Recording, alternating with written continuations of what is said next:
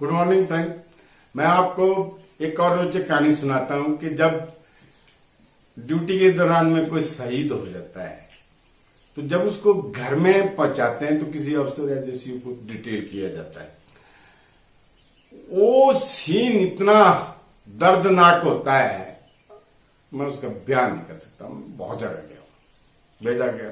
मैं आपको एक देहरादून का किस्सा सुनाता हूँ। मैं देहरादून में असिस्टेंट कमांडेंट था, तो एक हमारा एक जवान शहीद हो गया। तो बेचारी अब बढ़िया मेरे को डिटेल कर दिया कि साहब जाओ आपको क्रिमेशन की।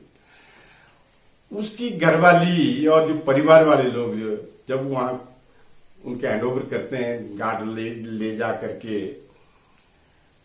रो रो करके इतना बुरा हाल। मेरे को इतना जोर से पकड़ लिया कि वो मेरे को पहचानते थे, उसकी फैमिली भी और दूसरे भी। बोला साहब मेरे मालिक को लाओ, मैंने तो आपके हवाले छोड़ा था। मैं बड़ा धंस बनाया उसको, बहुत करके बड़ी मुश्किल की। उसके बाद हम वहां से लेकर के हरिद्वार में बॉडी को ले गए, वहां क्रिमेशन किया। आने के बाद भी मैंने उनको इतना धंस बनाया हुआ था कि किसी प्रकार की भी कोई परेशानी हो, मैं यही नजदीक हूं, देहरादून में हूं, मेरे को बताइए, हम पूरा आपका मदद करेंगे। और किया, बहुत मदद की। हमारा दिल उस टाइम इतनी भावना से इतना कड़क हो जाता है, बड़ा मुश्किल क्षण होता है। जितना उन घर वालों का नहीं होता जितना जो कमांडर जाता है साथ में, क्योंकि साथ में रहे होते हैं, घुल मिल के रहे होते, एक परिवार जैसे में दिन बिताए होते हैं। अब जब वहां परिवार में जाकर के उस चीज को देखा जाता है, हैरान होना पड़ता है, मजबूत दिल रखना पड़ता है। तो मेरे को बहुत जगह में भेजा गया है, ऐसी कई जगह में ऐसी ड्यूटियों के लिए। तो मैं बड़ा दानुष बनाता था उन लोगों के लिए, बहुत। मैं सुनाऊंगा आपको उसके बाद में जेएनके का किस्सा सुनाऊंगा। काउंटर में कितने लोग हमारे साथ में वो हुए थे, मैंने उनके पीस इकट्ठे किए हुए थे। तो हम उन चीजों से गुजर करके आए हुए, मजबूत इरादे, नेक इरादे, अच्छे दिल से रह करके हमारा बहुत बड़ी सक्षम फौज होती है, बहुत सेना हमारी बहुत मजबूत, बड़े अच्छे ट्रेंड होते हैं हम सारे जितने। गुड मॉर्निंग फ्रेंड्स, आज मैं आप सबको एक रोचक कहानी सुनाता हूं।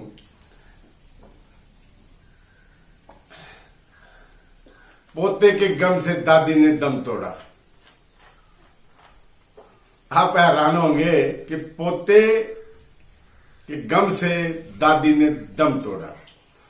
मैं आप सबको बताना चाहता हूं कि मेरा एक कजन वही फोर्स में था। बेचारा उसका जोशीमठ के पास में ट्रेनिंग के दौरान एक ग्लेशियर के नीचे आ गए थे, बहुत सैनिक आ गए थे उसके बीच में। तो मैं उस टाइम किन्नौर के ठांगी वैली में एज ए कंपनी कमांडर की ड्यूटी कर रहा था। तो रूटीन वर्क के लिए मैं वहां से LRP होती है मंथली, उसके लिए मेरे को जाना था। तो कुन्नू, चारंग और लास्ट में पास तक मैंने जाना था। मौसम बहुत खराब था, मैं वहां चला गया। मैं वहां एक पोस्ट में रुका हुआ था, तो वहां मैसेज चल रहे थे एकेडमी मसूरी से, क्योंकि वो जोशीमठ के ऊपर ओली हमारे कैंप है, उसमें वहां से वो उनका एक ट्रेनिंग का हिस्सा होता है जोशीमठ के पास में, वहां गए हुए थे। तो ग्लेशियर के नीचे सारे आ गए थे, तो मैसेज चल रहे थे। तो एक ऑपरेटर वहां वो जानता था कि यार इसका भाई है, तो थोड़ा सा बताते हैं। तो मैं भी ऐसे बार्डर्स ऑपरेटर के पास बैठा हुआ था, वहीं बार्डर स्टेशन में। तो मैंने QRT बजा दी, थोड़ा मैं भी जानता था। तो मैंने RT से बात करो, तो उन्होंने बोला पता नहीं चल पा रहा है कि कौन कौन से हैं, उनकी रेस्क्यू टीम जो है उनको निकाल रही है, पर शायद हो सकता है दिलीप हो। तो अब मैंने वहां से जब आना था, तो मेरे को आते आते ठांगी तक 10 दिन लग गए। उस टाइम ये 98 के आसपास की बात है, तो वहां पर कोई कम्युनिकेशन ऐसा फोन वगैरह का नहीं होता था। चिट्ठियां आती थी घर से, कई दिन लग जाते थे, कहीं बीच में लैंडस्लाइड, कहीं रोड ब्लॉक, तो चिट्ठियां बहुत दिनों के बाद मिलती थी। तो मैं जब वापिस आया तो हमारे इधर का एक लड़का नजदीक का था, वो पेपर लेके आया हुआ है और उसने वो पेपर दिया। उसमें पेपर में था कि पोते के गम से दादी ने दम तोड़ा। यार मैंने पढ़ा तो मेरी दादी निकली। मैं बहुत देर तक सोचता रहा कि यार इस दादी ने सारा हमारा पालन पोषण दादी ने ही किया है। एक्चुअली घर में पता लग गया था कि ऐसा ऐसा हो गया है। अभी उसकी डेड बॉडी आनी थी तो कई दिन लगते हैं आने के लिए दूर से। तो दादी जी बिस्तर में ही पड़ी रहती थी ज्यादातर, तो उसके कान बहुत तेज थे। उसने कहीं सुन लिया कि क्या हुआ, पूछते थे वो, कहीं बहुओं से पूछ भी रही थी क्या हो गया, सारे क्यों रो क्यों रहे हैं। तो उसको बता नहीं रहे थे दादी जी को, वो नहीं ऐसा नहीं बता रहे थे। तो बीच में उसको पता लग गया कि ऐसा ऐसा हो गया और दादी रात को वो भी एक्सपायर हो गई। अब वहां से इंतजार हो रहा है, गाड़ी में बॉडी आ रही है वहां से। तो दादी जी का भी साथ साथ ही इन्होंने संस्कार करना था वहां पर। अब जब इंतजार करते रहे, ये लेट पहुंचे और उसको शमशान घाट में दादी को ले गए। यार बुढ़े बुजुर्ग कई होते हैं यार, कितना टाइम लगेगा, कम्युनिकेशन इतना हो नहीं पा रहा था, कोई सब गमलीन थे और हम लोग बाहर थे, पोस्ट अपने ड्यूटी में थे। बाद में पता चला कि दादी को पहले ही वो कर दिया गया। उसके थोड़ी देर बाद वो भी पहुंच गई बॉडी आकर के। तो गार्ड आती है, पहली बार वहां पर शमशान घाट में हमारे आसपास के लोगों ने देखा था कि किस प्रकार से सैनिक को विदाई दी जाती है। जब वहां पर फायरिंग हुआ तो बहुत लोग, आसपास के जितने गांव के लोग थे, बहुत लोग इकट्ठे हो गए थे। मेरे को आते आते वहां से 10 दिन हो चुके थे। उसके बाद पहुंचा मैं बहुत दिनों के बाद आकर के, क्योंकि मैं उसकी ना तो क्रिमिनेशन में पहुंच सका। हमारे होता है 10-13 मनाई जाती है, मैं उसके बाद पहुंचा। तो लोगों से आपस में खूब घर में बातें चलती थी कि मैं बड़ा होने के नाते मेरे से ज्यादा इन चीजों की बातें करते थे। तो देखो, ड्यूटी एक ऐसी ड्यूटी होती है कि वो करना ही पड़ती है। बाहर जब रहते हैं, अब लगाओ मैं वहां से टांगी से कुनू चार आगे पास तक मैंने जाना था, 10 दिन लग जाते हैं। प्रोग्राम भी 10 दिन का था, तो ड्यूटी तो पहले करना था। अब फिर पता भी नहीं चलता कि घर में क्या हो गया है, क्या नहीं हो गया है। फिर यही बातें जो है दिमाग में टेंशन जैसी होती हैं। यार देखो, और जो इन चीजों को गहराई से जानता है वो इन चीजों पर इतना वो नहीं करता है। अब आप बताओ कि देखो, पोते के गम से दादी ने दम तोड़ा, जो मैंने पढ़ा तो मेरे पूरे गांव का उसमें भी वर्णन लिखा हुआ था। आया मैं तो मैंने वो पेपर वहां से किया कि देखा, यार बात तो सही है भाई। देखो, दादी कई दिन से बिस्तर में पड़ी हुई थी, बहुत दिनों से बिस्तर में पड़ी हुई थी। और मेरी दादी हमारे परिवार को कि जितना भी जो भी कुछ हुआ है उसकी बदौलती हुआ है। अभी भी कई साथ के तो नहीं है उसके बचे हुए, पर 1-2 बुढ़ियां हैं जो बुढ़ियां हो चुकी हैं, पर वो तो क्या, वो तो बहुत एज थी। तो कई मैं कभी चला जाता हूँ गांव की तरफ तो मेरे से सुनाती हैं, और खास करके दादी की बातें याद दिलाती हैं मेरे को। मतलब कि अब देखो, हमारा, मैं बताऊंगा अपनी फैमिली की डिटेल आप लोगों को। अब हम पोते थे, हम मेरे भी एक लड़का और एक लड़की हो गई। तो दादी परदादी हो गई हो, तो जब बर्थडे होता है तो उनके लिए सिंगियां बनाते हैं कि जी वो ये चांदी की देनी है, ये सोने की देनी है। तो हमारी अपनी पुरानी को बातें होती हैं, तो दादी कितनी खुश होती थी। मेरे को पता है, जब मेरे बेटे को जुकाम भी हो जाता था, थोड़ा सा कोई खांसी हो जाती थी, तो उठा करके वही उठा के चलती थी, चलो उसको ले चलो, वहां ले जाना है, ऐसा करना है, वैसा करना है, गांडी में डालना है, वो करना है, या दवाई लेना है, या कहीं पंडित के पास जाना है, वो पूछ लेती थी क्या ग्रह है, क्या दोष है। तो वो इस टाइप की, और मैं आपसे यकीन दिलाता हूं स्ट्रिक्ट टाइप की दादी थी मेरी दादी जी, बड़ी स्ट्रिक्ट टाइप की थी। मतलब अब पुराने क्या होता है कि गाली गलोच वगैरह, अगर बच्चों को कोई मार भी देता था थप्पड़ थप्पड़ करके, तो खाने पड़ जाती थी, क्यों मारा इसको। तो अब आपको पता है कि बहुएं कितनी चालाक होती हैं, तो आपने तो बिगाड़ा इनको।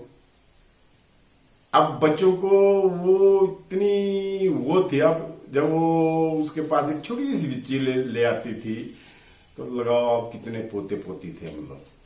मैंने बताया है आपको कि 20 हैं, सबको बांट के खिलाती थी वो। और 100 साल की होने के बावजूद भी वो, मैं कई अपने दोस्तों से जिक्र करता है, मेरी दादी 100 मीटर की रेस दौड़ सकती है अभी, इतनी मतलब उसकी वो रही है, क्योंकि बहुत मेहनती थी वो, उसने बहुत स्ट्रगल किया है। तो कई ऐसी चीजें होती हैं जो सर्विस और अपने घर के संबंधित चीजें होती हैं।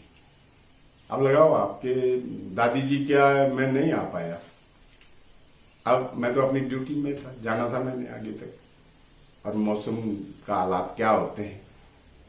तो मैं कल आपको एक उंगली के बारे में बता रहा था, तो ये इसको ऐसे रेफरी कर रहा था, मैं इंटर कंपनी बटालियन में मैच हो रहे थे, तो मैंने बिसल मारा और ऐसे करके बॉल फेंको, 2-3 बॉल आ गए, एक ने पीछे से जोर से मारा और उसको यहाँ लग गया, ऐसे साइड से ऐसे करके जोर से ऐसे बॉल मार करके एक ने, और ये यहाँ से छूट करके इधर को लुढ़क गई, दर्द नहीं हुआ, लुढ़क गई यहाँ सांचे से ही। तो मैंने इसको ऐसे पकड़ा और ऐसे पकड़ के रख दिया। वही डॉक्टर साहब थे, उसके बाद हमारा मैच होना था उनके साथ में, उनकी टीम के साथ में। तो वहाँ बड़ा जोश होता है इंटर कंपनी में, और दूसरे सारे अपनी कंपनी की कब वोटिंग करते हैं। तो मैंने ऐसे पकड़े करके रखा, इसको बोलता है नहीं, इसको भाई प्लस 2 बनेगा। मैं मना कर रहा था कि प्लस 2 नहीं मानना है, और नहीं मानना नहीं यार, मैं डॉक्टर हूँ, मैं आपको बता रहा हूँ। और वहां देखे नीचे उन्होंने बांध दिया और करके जुड़ा नहीं सांचा इसका, ये खड़ी रहती है, बांध के रखा। उसके बाद फिर इस हाथ में मेरा प्लस्तर, दूसरे दिन हमारा मैच था, वॉलीबॉल का मैच चल रहा था। तो हमारी कंपनी की टीम जो है फाइनल मैच चल रहा था, उनके 13 हो गए, हमारे 11 ही रह गए। तो मैं बाहर बैठा हुआ, मेरे बहुत जोश आ रहा, मैं खेलने वाला था, मैं उठ गया, टाइम आउट लिया और रेफरी से मैं खेल। सब हंसने लगे, यार ये कैसे खेलेगा, इसके हाथ में तो प्लस्तर लगा हुआ है। तो मेरे राइट और लेफ्ट हैंड दोनों चलते थे जंप के साथ में, मैं लेफ्ट हैंड से भी अच्छी फोर्स भी मार सकता था। तो डॉक्टर साहब भी खेल रहे थे, तो साथ में बॉल ऊपर को जैसे आया, मैंने बॉल नहीं मारा, मैंने ड्रॉप फेंक दिया, नहीं उठा पाया। दूसरे बॉल का मैंने इशारा किया लिफ्टर की तरफ की थोड़ा सा हाइट रखना, उसने फिर सोचा कि ये ड्रॉप ही मारेगा, और मैंने ऊपर से जोर से बॉल कस करके मार दिया और उसके मुंह में लगा, यहां जाकर के, यहां से उसके इतने जोर का बॉल लगा और गुस्से हो गया, बोला आप फेंक के देख जरा। और वहां हमारा जो है 13 इंच हो गया। अब वहां तालियों की गड़गड़ाहट मचना शुरू हो गई कि very good very good very good very good very good करके करते हैं, वोटिंग करते हैं। अभी मैं आगे ही था, स्पाइक्स मैं रोटेशन में मैं ही चल रहा था आगे, तो तालमेल होता है आपस में। मैंने लिफ्टर को थोड़ा सा मैं बोला शॉर्ट रखना, मैं तेज आऊंगा। मैंने जंप लिया और थोड़ा सा कट मार करके लास्ट पॉइंट हो गया। मैं बोला लास्ट बॉल पर तो कस के मारूंगा।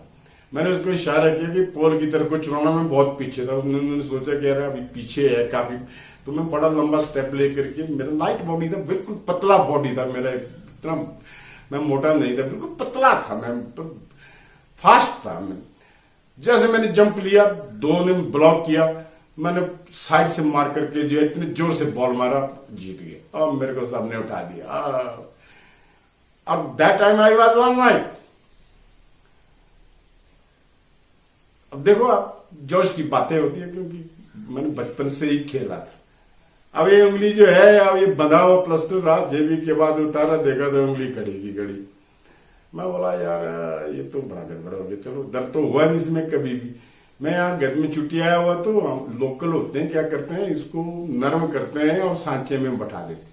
मेरी सारी उंगलियां टूटी हुई हैं, देखो ये जितनी जो है, वॉलीबॉल में, बास्केटबॉल में।